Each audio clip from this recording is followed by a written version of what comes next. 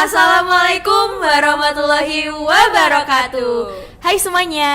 Halo teman-teman yang ada di rumah. Apa kabarnya nih? Semoga teman-teman yang ada di rumah tetap dalam keadaan yang sehat walafiat tentunya. Amin, amin. Nah, pada kesempatan ini kita sebenarnya mau ngapain sih, Bel? Kira-kira kita mau ngobrolin tentang apa ya? Yang pastinya sesuatu yang menarik dan fenomenal. Oke teman-teman, kali ini kita bakal ngebahas seputar perkaderan. Betul sekali. Tapi sebelum kita lanjut bahas tentang perkaderan, kan kalian nggak tahu nih kita siapa. Betul banget.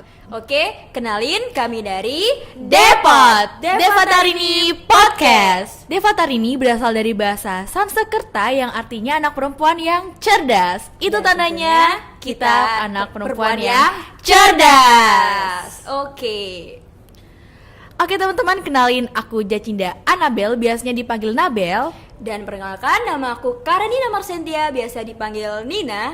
Kami dari SMA Muhammadiyah 1 Taman. Ih. Oh iya Kak Nin, Kak Nina ini kan ketua bidang perkaderan di IPM Smamita. Aku mau nanya nih Kak, perkaderan di IPM Smamita itu kayak gimana sih Kak? Kamu mau tahu? Iya dong, mau tahu banget. Tapi aku juga pengen tahu dulu, Bel. Apa kan tuh? kemarin itu ada pengumuman tentang penerimaan IPM, Oh, IPM. Iya, periode iya, iya. 2022-2023 dan kamu masuk kan? Iya, alhamdulillah aku masuk. Nah, aku mau tanya, alasanmu sebenarnya ingin masuk di IPM itu apa sih? Sebelum tak jawab nih pertanyaan. Oke. Aku kan orangnya kepoan ya Kak. Jadi kayak aku tuh pengen tahu banyak hal gitu. Nah, aku pengen tahu cara kerja di IPM itu kayak gimana sih, sekalian buat ngelatih time management, kayak gimana caranya ngebagi waktu di organisasi, buat belajar, terus juga buat keluarga, terus juga buat teman juga tuh gimana caranya ngebagi waktu biar nggak amburadul. Terus juga kata mama, kalau semisal ikut organisasi itu kita juga belajar buat mengkader diri sendiri. Betul. Gitu. Udah? Udah. Oke, aku kan sudah tahu nih jawabanmu. Oh, ternyata Nabil pengen ikut IPM, alasannya gini. Iya. Sekarang aku mau menjawab pertanyaan yang tadi. Ya, Oke. tentang sistem perkaderan di IPM Smamita Iya, ya. betul tentunya. banget. Jadi gini, perkaderan itu sendiri itu kan maknanya luas ya, Bel.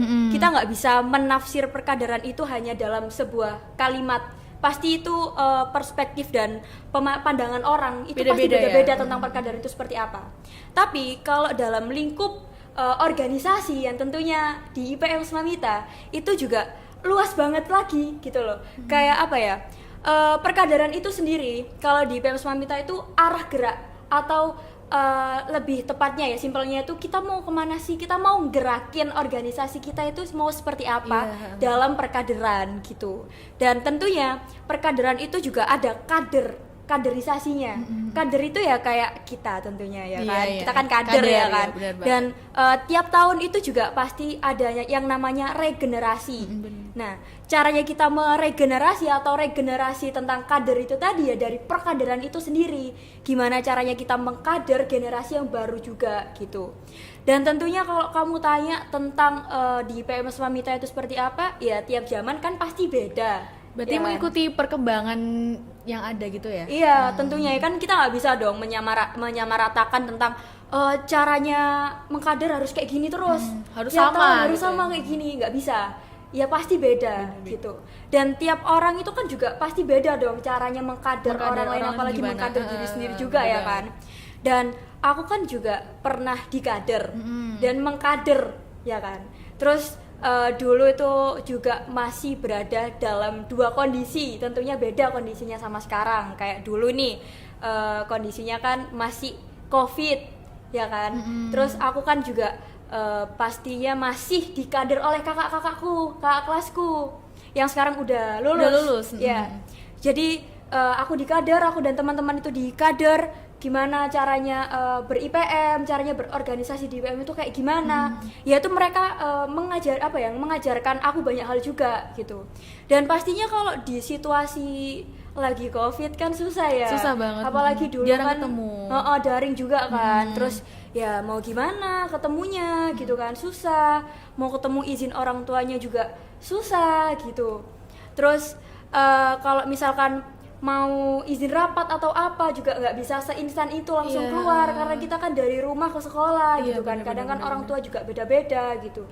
Jadi untuk berinteraksi dengan teman-teman internal IPM juga susah kan mau ngapain gitu. Tapi hebatnya kakak kelas itu bisa gitu loh mengkader kita supaya jadi generasi yang bisa lebih baik lagi gitu. Dengan kondisi yang kayak gitu berarti kakak kelas tuh udah berhasil muter mengkader. otak juga ya kan, gimana caranya mengkader adik-adiknya itu aku sangat apresiasi banget dan keren banget. Soalnya kalau tanpa kakak kelas yang mengkader aku juga nggak bisa jadi kayak gini ya kan. Terus untuk dalam situasi misalkan perkaderan, mengkader aku yang mengkader, teman-temanku yang mengkader adik kelasku gitu kan, itu kan juga pasti beda toh caranya dengan kakak kelas gitu. Caranya mengkader teman-teman internal IPM juga caranya pasti beda gitu loh sama yang kakak kelas mengkader aku. Karena kita juga udah peralihan kan, waktu aku masuk sekolah akhirnya kan ada yang daring, ada yang offline gitu kan. Terus akhirnya ya masih bisa ketemu lah ya, walaupun masih hanya itu aja gitu kan. Nah, itu tadi kan yang ada di lingkup internal IPM. Kalau yang ada di eksternal IPM tuh gimana? Maksudnya gimana caranya IPM itu mengkader anak-anak siswa-siswi Smamita tuh kayak gimana, Kak? Oke, nah kalau ini di spill ya, berarti aku spill dikit ya ini. IPM yang periodeku sama teman-teman dan adik-adikku itu punya cara sendiri, gimana sih caranya supaya kita itu tetap punya sistem perkaderan yang baik dari internal dan eksternalnya, dan terutama buat SMA Muhammad Taman gitu kan. Karena kita juga harus berinteraksi yang lebih supaya kita bisa erat dan nyatu sama teman-teman ekskul, teman-teman komunitas lain juga, teman-teman ortom yang lain juga. Itu juga punya cara sendiri gitu sih Bel. Dan ya caranya mungkin membenahi internal IPM dan yang sisanya menjalin hubungan dengan teman-teman eksternal ekstra ortom di luar IPM. Oke. Terus apa namanya, perannya perkaderan itu kayak gimana sih Kak dalam sebuah organisasi? Itu penting apa enggak? Penting banget ya. Terus mengenai tentang sebenarnya ada keterkaitan sama kepemimpinan juga ya kan. Karena tanpa adanya perkaderan ya kita juga nggak tahu arah gerak organisasi kita mau kemana. Sedangkan sebuah organisasi itu pasti punya tujuan yang harus dicapai. Kalau kita nggak ada perkaderan, ya kita mau kemana ya pasti nggak satu arah gitu loh, nggak sejalan juga, pasti ada yang kesini, ada yang kesini, ada yang kesini. Terus gimana caranya kita bisa mencapai suatu tujuan kalau kita nggak punya sistem perkaderan yang baik? Jadi menurutku baik nggaknya organisasi itu tergantung arah gerak perkaderannya. Oh gitu, berarti udah kejawab ya semua pertanyaanku tadi. Oke teman-teman, bisa kita simpulin sebenarnya makna perkaderan itu banyak banget. Kita tuh nggak bisa mengartikan dalam satu perspektif aja, karena perkaderan tuh maknanya tuh luas banget ya kan. Iya kan? Benar-benar. Pandangan orang itu pasti beda-beda tentang perkaderan. Betul. Terus juga kita tadi juga udah belajar gimana sih caranya mengkader. Ya.